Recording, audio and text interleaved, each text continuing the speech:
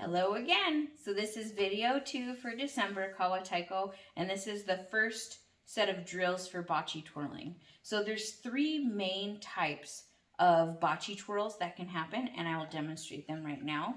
The first is open palm, where you literally just open your hand as big as possible, and it rolls around the flat part of your hand. Then there's the finger roll, where you actually move your index finger to the top of the bocce and roll it up and over. The third one is the actual toss, the actual bocce flip. And I lied, there's actually a fourth one, and the fourth one's my favorite, and that is the wrist turn. I like this one because it has a lot of flash and dazzle and a lot of security. So you guys have seen us do the wrist turn, and it's something that I was teaching Kawataiko before I left. So that's my favorite, but we're actually going to break it down and go through all of them today. So the first one is the open palm, and I'm going to have negative color. You can see this right here.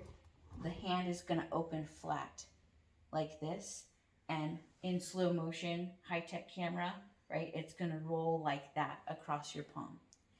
And when you're doing this in a fluidic motion while playing, there's the optical illusion that it's actually doing like a full 360 spin, when in reality, it's just the half turn that's gonna happen.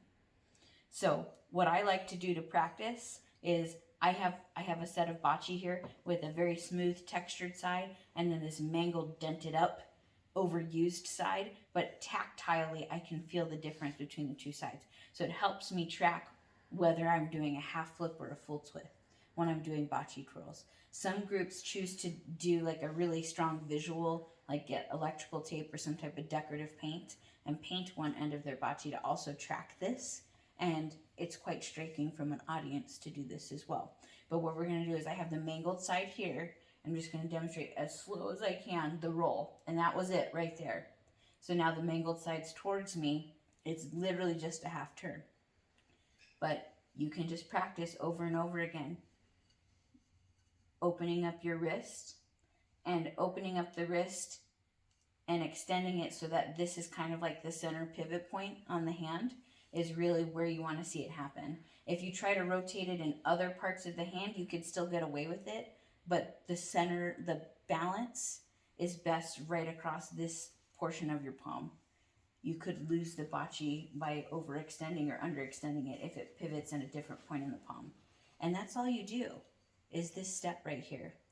Now, when you're learning to do bocce as drills, rather than just do it in isolation like this, there's level 1, 2, and 3, okay? So we're gonna go through this same format for all the other bocce exercises we do in the future videos for this month. But level 1 is just like I'm demonstrating, slow, steady, and isolating one side of your body at a time. So we're just doing left, left, left, left, left, left, left, left. And I'm using my left because I'm a little rusty and I need some practice with my non-dominant hand. So sometimes I'll give myself a little bit more time doing drills on the left side than the right side, because becoming ambidextrous with bocce twirls is really important. But this is just an example of the isolation, right? The level 2 is to bring in the second hand. So instead of just doing left, left, left, you're going to do them in unison. So you've got together, together, together, together, together, together.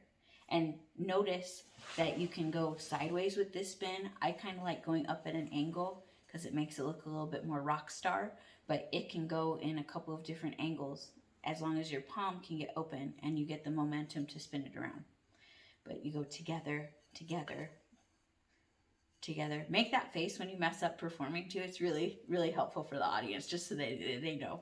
And also, example, right? We're all human. Accidents are going to happen. I don't recommend practicing bocce twirls with really soft bocce, because if they fall and hit the ground, you're going to be denting them up and putting a little bit more wear and tear on them than they need to be. The level 3 though from this, so we've got 1 in isolation, level 2 is together. Then you add difficulty by giving yourself rhythm and alternation. So you're going to go right, left, right, left, right, left, right, left. and you can make that tempo as fast or as slow as you need to be, but because you're changing back and forth, it is a little bit more difficult.